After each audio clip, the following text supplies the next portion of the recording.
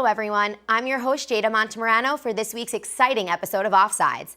Our team is debuting a new segment called Fill in the Blank, where our analysts will pick a word that best completes the sentence. This will get very interesting.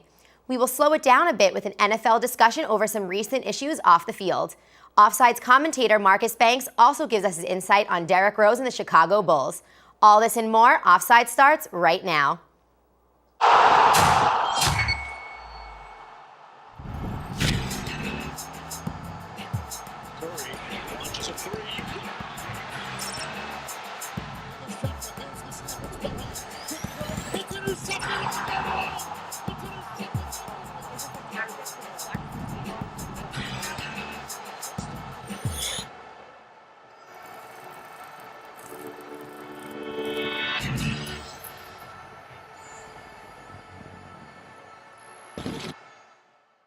I'm here with Jordan Green and Laura Guerrero for the first ever Fill in the Blank. The rules are as follows. I will say a statement with a missing word, and our analysts will have to fill it in with whatever comes to mind.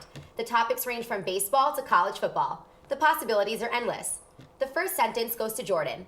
From start to finish, the Chicago Cubs had a blank season. The Cubs had a promising season. They began the season, a lot of people thought they were a year away, but all of their young bats have really blossomed into superstars. You look at Chris Bryant, all but guaranteed to win NL MVP.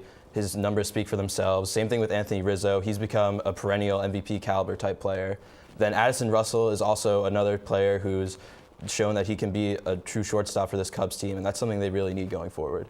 Going off of that, I would say that they had a really unexpected season because no one really going into this thought that, they would end with the third highest standing with 97 wins. They had a lot of young players that stepped up and really helped out. Jake Arrieta had a record with a .75 ERA after the All-Star weekend. And Nice, guys. So let's now take it out of the country with this next one.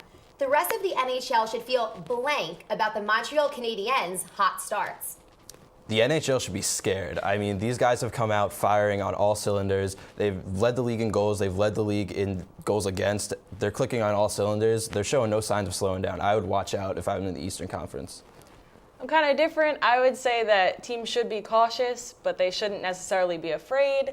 For example, in 2013, it went either way. We had the Penguins, who had a 15-win streak in March, and they didn't win the Cup. Or on the other hand, we had a 24-point streak for the Chicago Blackhawks, and they wound up winning the Cup, so it could go either way. How about this one?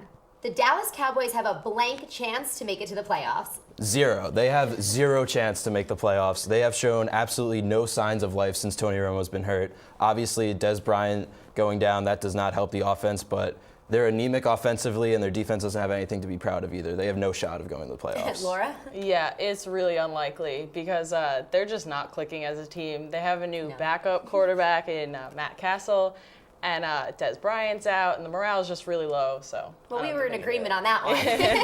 Now let's bring it over to college. Leonard Fournette should be blank about having to wait another year before the NFL draft. He should be concerned, honestly. I mean, the guy right now is a stud. He's 6'1", 230, and he's fast, he makes cuts, he's everything you look for in a running back. But if you look at someone like Jadeveon Clowney a few years ago coming out as a sophomore, he had a season no one in college football had ever seen. And junior year, he came back, he's dealt with injuries, some saga with Steve Spurrier over playing time, and now he's in the NFL, he doesn't have anything to show for it. So Leonard Fournette should definitely be concerned. I'm on the opposite end of that. I think he should be excited. He's good. He's going to be good in a year from now where he can get into the draft. And I think he has a lot more time to hone in even more on his skills, and he could be one of the best in the NFL. Well, that's it for our Fill in the Blank segment. Let's send it over to Josh and Marissa for some NFL discussion.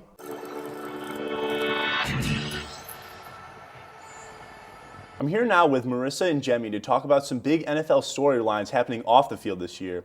Roger Goodell and the NFL have made it a point to expand the game overseas with an increasing amount of games played in London.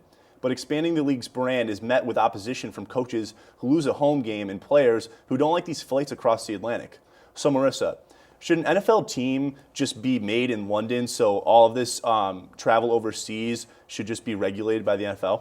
I don't believe there should be games in London, period, along with a team being there, because it just doesn't really make much sense to be expanding the game overseas when there's not a team in, say, Los Angeles, for example, though that might change soon.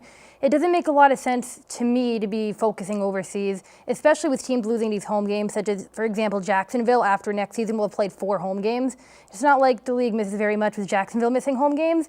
However, that's still a concern, and there's divisional games going on there now too, and it's a big problem too with West Coast teams traveling to Europe. You won't see many West Coast teams. Sometimes one time Oakland did, one time San Diego did, but long term that's an issue.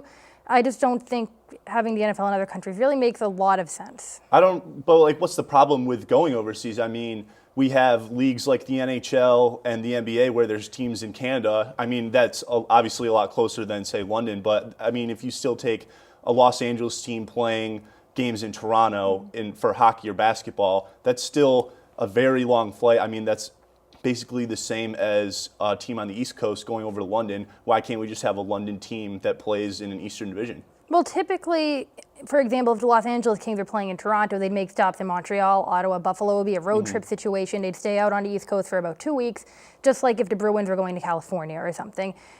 If your team's going to London, there's always going to be a bye week in between, and that just messes up team schedules. It's kind of pointless because even if a team was out there, team schedules would have to be oriented around it. Every single team would have to have a bye week situation. You couldn't have a week where, say, if you're the San Diego Chargers, you wouldn't be playing at Oakland, then at London, and then the next week at Cincinnati, for example. It just doesn't make a lot of sense. Canada's like right there. Okay. It's right in the middle of North America. That makes a lot more sense than London. Should we just have a division of 4 London teams? I Or 4 teams in Europe? At that point, I'm just kind of pushing for the sake of having it. I just don't see how it benefits the league or fans here long term. Well, Marissa, football is certainly becoming a global commodity, and it seems that expansion is inevitable as long as Goodell's in charge. But we're going to switch gears a little bit. Have you set your lineup for this weekend? Who'd you pick up on the waiver wire? Gambling or not, fantasy football has forever altered the way America watches its favorite sport. Marissa, do you think it's smart for the NFL to keep endorsing fantasy football as they're gaining new fans?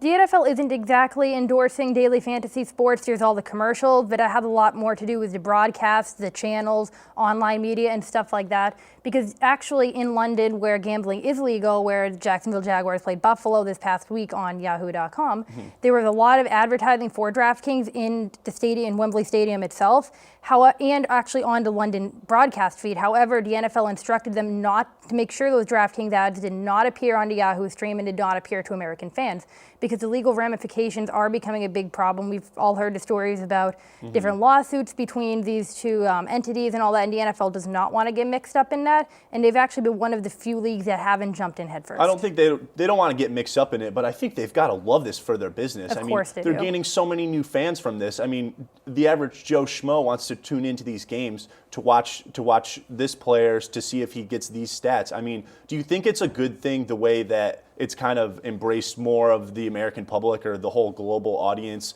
to watch more football, or is it just kind of taken away from us actually caring about the sport? It depends on your perspective, and honestly, I doubt the NFL cares why you're watching the game as long as you are watching the game. They care about the ad revenue, and definitely fantasy sports has done this, daily fantasy and regular fantasy football. For example, NFL Sunday Ticket on DirecTV has its own channel dedicated just to inserting your fantasy players and monitoring them. So NFL, of course, they love it. They have their own fantasy game on their website. They have fantasy football commercials. I don't think they care that much about why people are watching the game. That's kind of an ethical issue that media and fans discuss a lot more. Do you think eventually, if these gambling regulations do come down hard on, say, DraftKings, FanDuel, all these sites, do you think that fantasy is ever going to get away from the game, or people are ever going to go back to maybe looking at who's winning in their division instead of who's winning in their fantasy league, who has the best stats? Are we just always going to think about football and sports in general as, oh, this player has this stats? Well, it depends on who the fans are. There are plenty of fans who play fantasy sports and care about the standings or don't care about fantasy sports. All fans kind of consume sports differently. I think that fantasy sports is probably here to stay, just like gambling on sports, for example. That's not gone. It's just illegal, but it's not gone. So I think that with daily fantasy, it will never truly go away, even if there are issues between these two companies and the law. There's always going to be something kind of rogue and out there. Okay. Well, thanks for all your insight, Marissa. We're going to send it back to Marcus.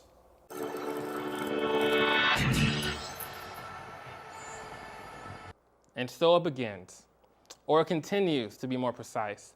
The saga of Derrick Rose and the likeliness of him returning to MVP form. That first-round game against the Sixers in 2012 was one of the worst days of my life as a sports fan.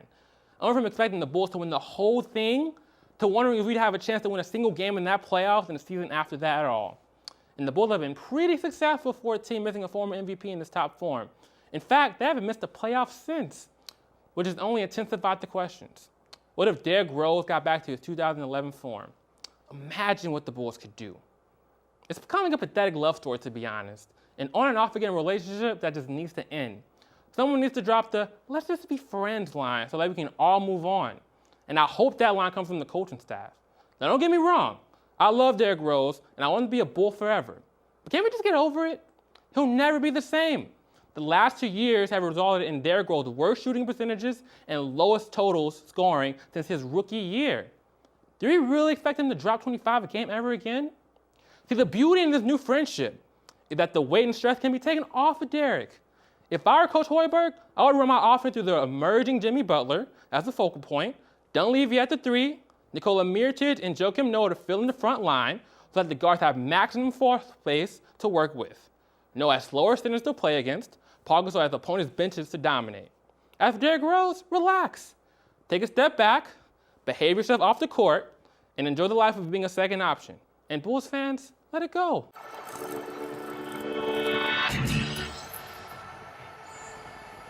That will be it for our show tonight. Be on the lookout next week when we pull out all the stops during our NBA special.